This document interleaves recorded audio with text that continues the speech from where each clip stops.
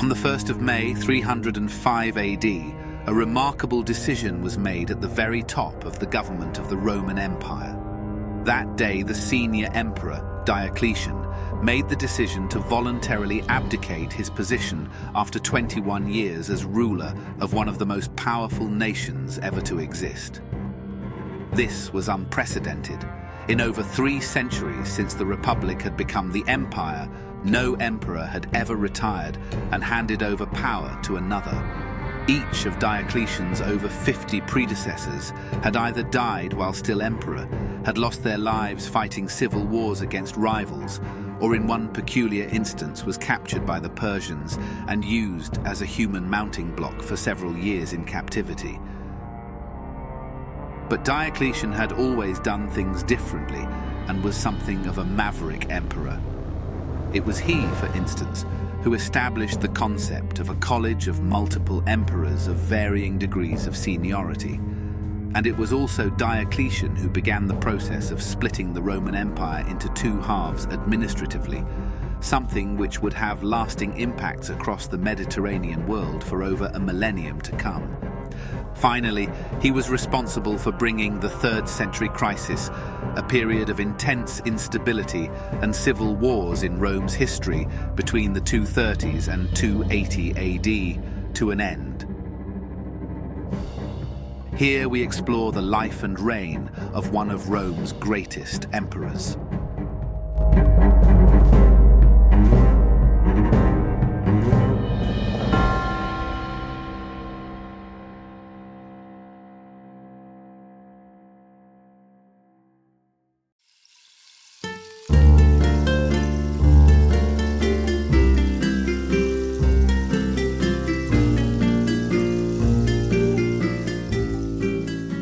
Diocletian's reign came about in the midst of a half-a-century-long crisis in which the Roman Empire had been mired since 235 AD.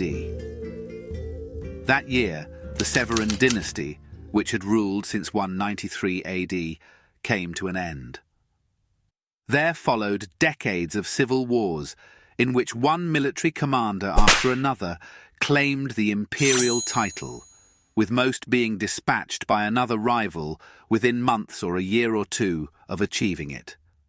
Historians still debate exactly how many emperors there were between 235 AD and 284 AD. Such was the chaos of the era, but most agree that there were at least 24 emperors, ruling for an average of about a year if one excludes 3 emperors, Valerian, Gallienus and Aurelian, each of whom had comparatively stable reigns during this era. But it was not just the civil wars that characterized the 3rd century crisis. There were major problems elsewhere. Hyperinflation, owing to decades of undervaluing the silver coinage, led to a fiscal crisis that wreaked havoc across the empire. In the east, new powers like the Persians and the Palmyrans emerged to often occupy some of the eastern provinces for years at a time. Finally, in Europe, groups like the Sarmatians, Franks, Alemanni and Burgundians were making persistent attacks on the border forts and walls along the course of the Rhine and Danube rivers, and in many instances were breaking through into Gaul and other regions and occupying lands there for years at a time. It was a period of immense concern, and for a time it looked like the Roman state, the power of which had seemed so impregnable for so many centuries, might not survive. That is, until Diocletian became emperor.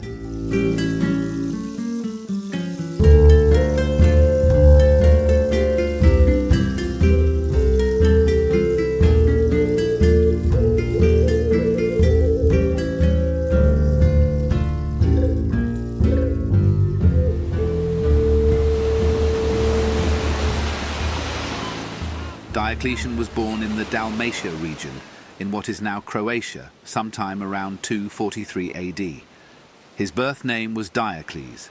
He came into the world at a time when the Roman Empire had ceased to be dominated by Romans and Italians, and since the late 2nd century, an emperor was just as likely to come from some wayward province as he was from the Italian peninsula.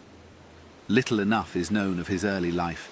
He came from a humble background, and his father was possibly a scribe, a profession which may indicate that he was once a slave and was freed at some time during his life. Coming from such a family, it is unsurprising that Diocletian elected to enter the Roman military. Soldiers were one of the only groups in Roman society that did well out of the 3rd century crisis. His first concrete appearance in the historical record dates to 282 AD, when he was appointed as a commander of an elite cavalry division by the Emperor Carus, a figure who had just become ruler of the empire, having usurped the throne from Emperor Probus. The following year, Diocletian was honoured with the post of consul for that year, the most senior magistracy of Rome. This clearly points towards him being in favour with Carus, and close to those in power by this time. How he managed to reach this position, though, largely remains a mystery.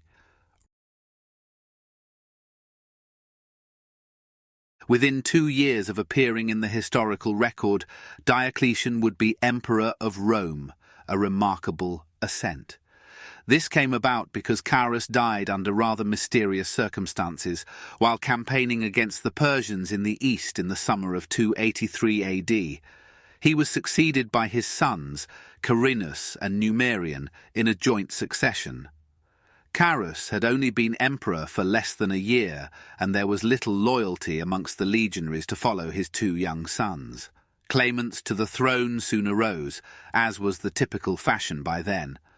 One of them was Diocletian, who was proclaimed as emperor in November 284 AD and soon managed to consolidate his control over the provinces. It was at this juncture that he changed his name from Diocles to Diocletianus, which we anglicize today as Diocletian. Diocletian would face many challenges in governing the empire over the next 2 decades. He was equal to the task. What he realized early on was that there were a number of key problems which had created a great proportion of the chaos of the last half a century. If these could be remedied, he could consolidate control of the empire and also bring stability to its people. Chief amongst these problems was the power struggle that had been underway for decades between the leading generals of the army. There was always a general in some corner of the empire with several legions under his control that was willing to try his luck at claiming ultimate power himself. Diocletian came to the conclusion that the way to stop this was to set up a power-sharing system, one in which a senior emperor would share power with others and neutralize several of his rivals in the process. This would also ensure a smoother succession when one emperor died. Hence was born the Tetrarchy. After years of devising it, Diocletian instituted this in 293 AD. The system involved a college of 4 emperors. Of these, 2 would be senior emperors known as Augusti and carry the title Augustus, while 2 would be junior emperors known as Caesars. There would be 1 Augustus and 1 Caesar in the west and the east, thus splitting the empire administratively to some extent and allowing for a closer governance of the provinces. One of the major problems which emperors had faced during the 3rd century was that it was impossible to maintain control over a province like Gaul or Germania in Western Europe while campaigning in Syria and so forth. By having 2 emperors in the east and 2 in the west, the provinces could be more closely supervised. Finally, when an Augustus died, he would be automatically succeeded as the more senior emperor by the Caesar below him. The newly promoted Augustus would then appoint a new Caesar, who in turn became his designated successor. The system had already been trialled by Diocletian from 285 AD when he appointed one of his close allies, a general named Maximian, as his Caesar. Now he expanded it substantially in 293 AD, with Maximian being promoted to become the 2nd Augustus, alongside Diocletian himself, and 2 other generals, Constantius and Galerius, appointed as Caesars. However, there was an unstated rule in all of this, that even amongst the 2 Augusti, there was a senior emperor who was the overseer of the system. No one was in any doubt that Diocletian was the preeminent emperor. Despite this, stability was finally created as Diocletian decided to share some of the imperial power with his rivals, rather than risk being usurped and killed by them. The 3rd century crisis was over, and the Tetrarchy would persevere well into the 4th century.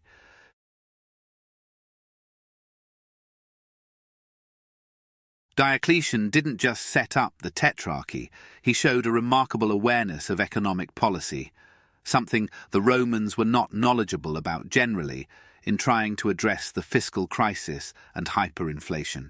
In 287 AD, he issued the Capitatio Iugatio, a new tax collection system which was designed to overhaul the method of income generation in order to stop much of the revenue of the empire simply being funneled into the hands of the generals in each province.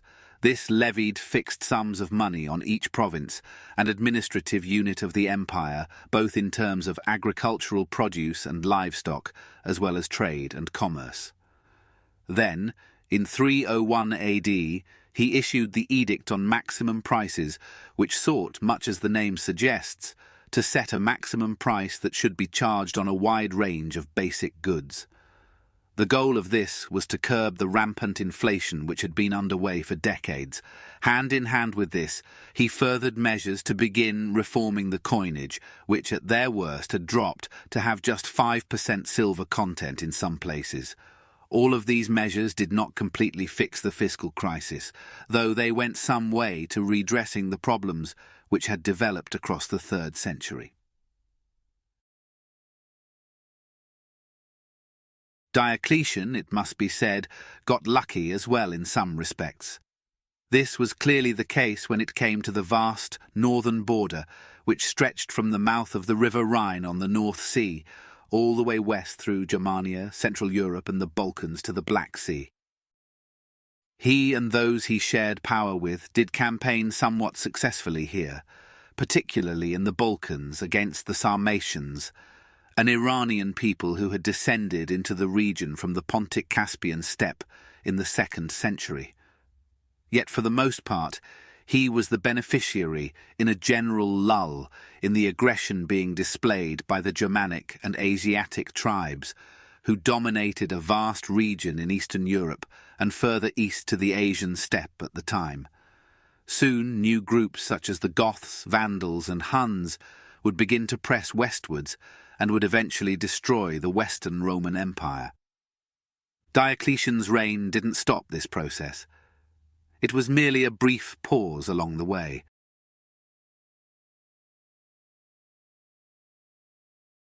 It was a staple of Roman imperial life for centuries that when the empire was stable, thoughts turned to waging war on the eastern neighbour of the empire.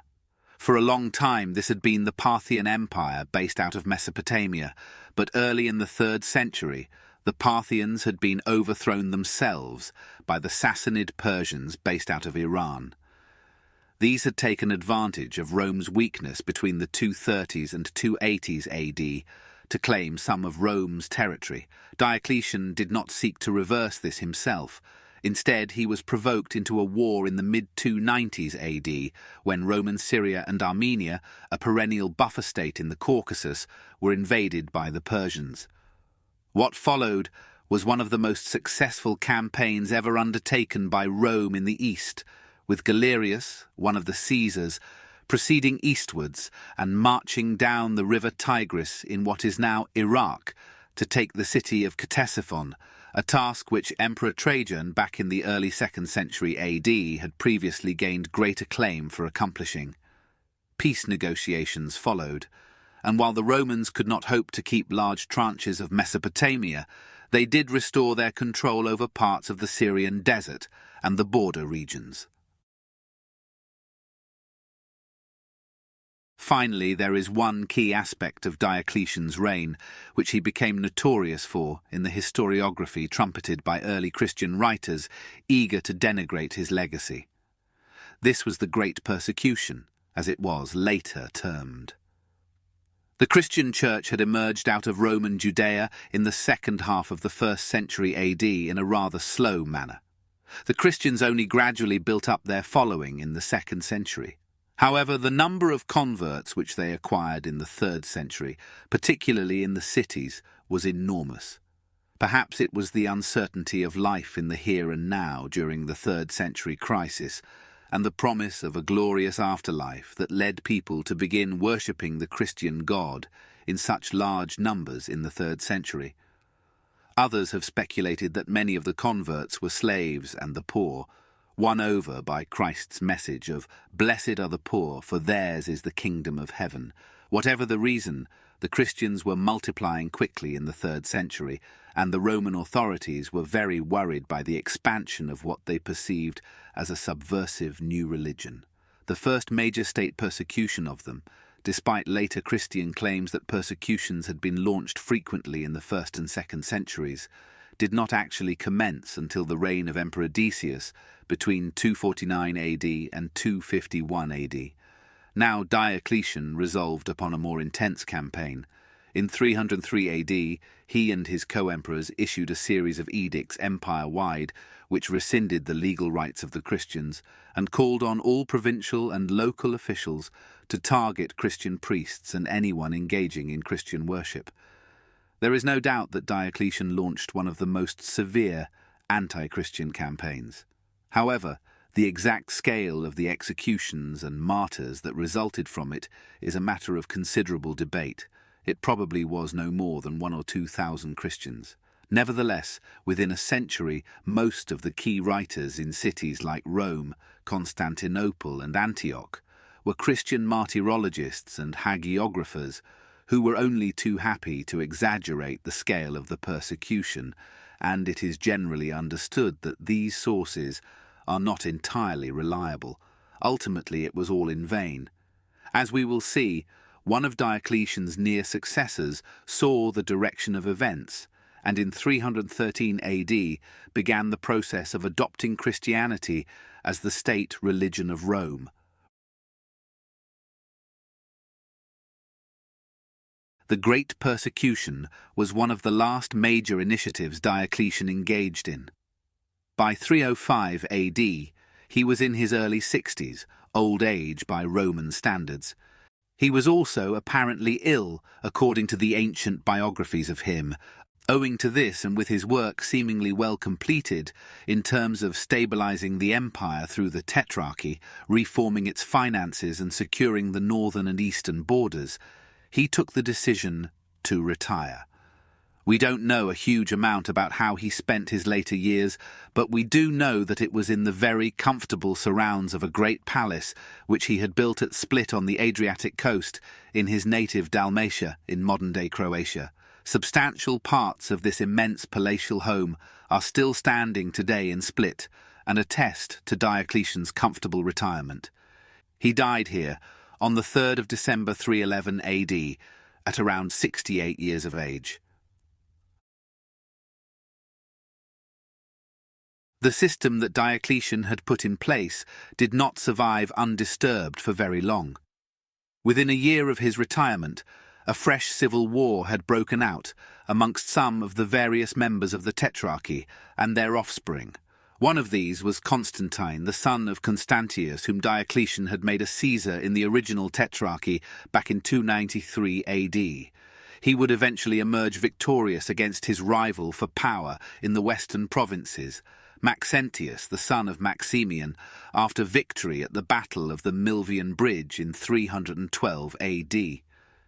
He went on, over a decade later, to unite the empire under his supreme rule. On the surface of it, this makes the Tetrarchy look like a brief experiment, yet the concept of dividing the empire into a western and eastern half re-emerged over time, and by the late 4th century there were effectively two emperors, one ruling the west from Italy and the other the east, from the great new capital Constantine built there, Constantinople, the site of modern-day Istanbul. The two sides of the empire would finally split permanently from each other in 395 AD, when Theodosius I renounced any real political ties to the west. This was a byproduct of Diocletian's political reforms a century earlier. Conversely, the Maverick Emperor's efforts to curb the growth of Christianity were a complete failure. After his victory at the Milvian Bridge, Constantine issued the Edict of Milan in 313 AD, decreeing toleration for the Christians and his own conversion. Over the next 2.5 decades, he began adopting Christianity as the state religion. Thus, some of Diocletian's reforms and policies transformed the Roman Empire, while others disappeared as soon as he was gone from the world. On the 1st of May, 305 AD, a man of humble origin from Dalmatia met with his generals on the same hill where he ascended to the throne of Roman Empire 21 years earlier. The most powerful man in the world stood under the statue of Jupiter and did the unthinkable. He said to his men that he was weak and old, and that it was time for him to go home.